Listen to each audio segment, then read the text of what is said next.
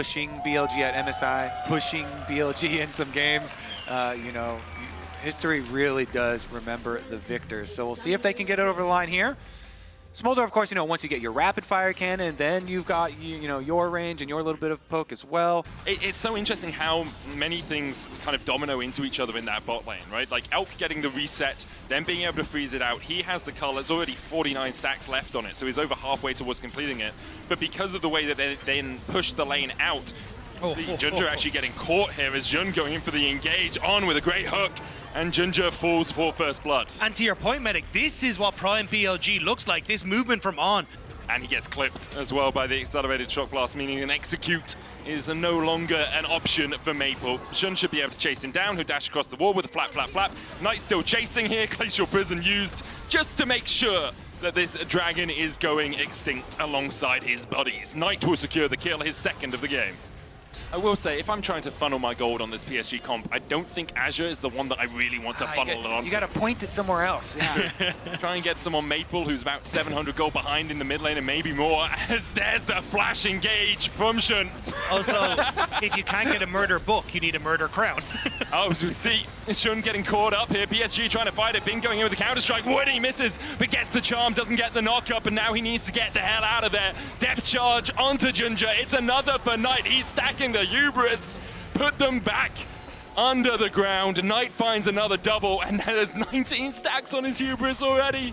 Elks, though, still looking for the plate. There's one minion still alive. On will now tank up the tower, and Woody will have a grand entrance and give On a grand exit. I mean, that's actually big. Any bit of gold that PSG can get at this stage in the game could be very big for their dream of team fighting their way out of it. And Shun is going to be able to execute no problem, does get all the way into enemy territory, so no further benefit gain there, but still, even being able to Skarner ult under tower.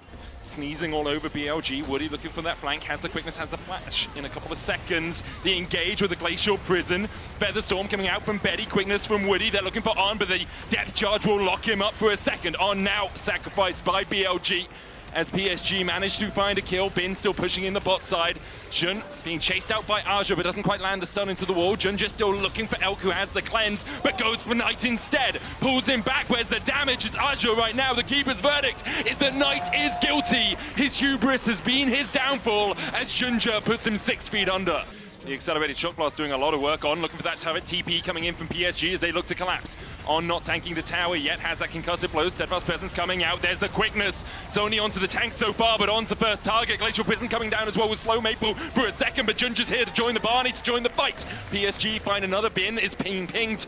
This chase even further. PSG not really sure how they want to approach this. Aja has his teleport up, but he's still going to run there. Terror goes down, and now if this Hoppy shows on the wave, Jace TP's in. There's the TP in. Azure can TP as well. Will answer with one of his own. BLG grouped up as 4 for now. Bin's going to join them. Junja trying to get in towards the pit to take the Drake. On locked up. The Blade Caller coming back as well, and Junja will land the smite. But Woody goes down first. Shun and Bin, the next 2 targets. It's support for support so far. Azure still looking for a little bit more. Knight trying to put the damage down from long range. That's what we talked about with this composition, their ability to poke, but in this fight, they haven't really had the opportunity. Last Whisper in his inventory. Maple still sacking up a little bit slow as the hook goes down onto Junja. There's the double impale into the grand entrance, but the charm coming back with the quickness into the Blade Caller. Look at the CC! Look at the suppression on BLG, and look at the flash forward from Betty! He tries to get onto Elk, he can't quite get the damage down. Elk somehow survives through the burn, through everything. Elk is still standing.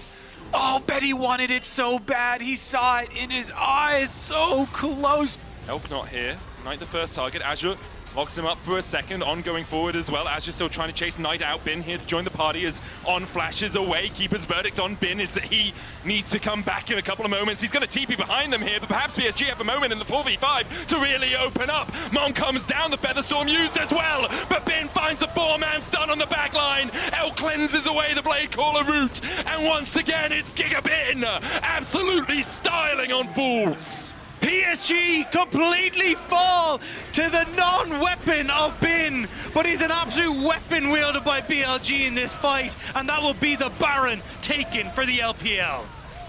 BLG. I'm sure their fans were not worried at any moment in any any game in this No, series. could tell you, not at all.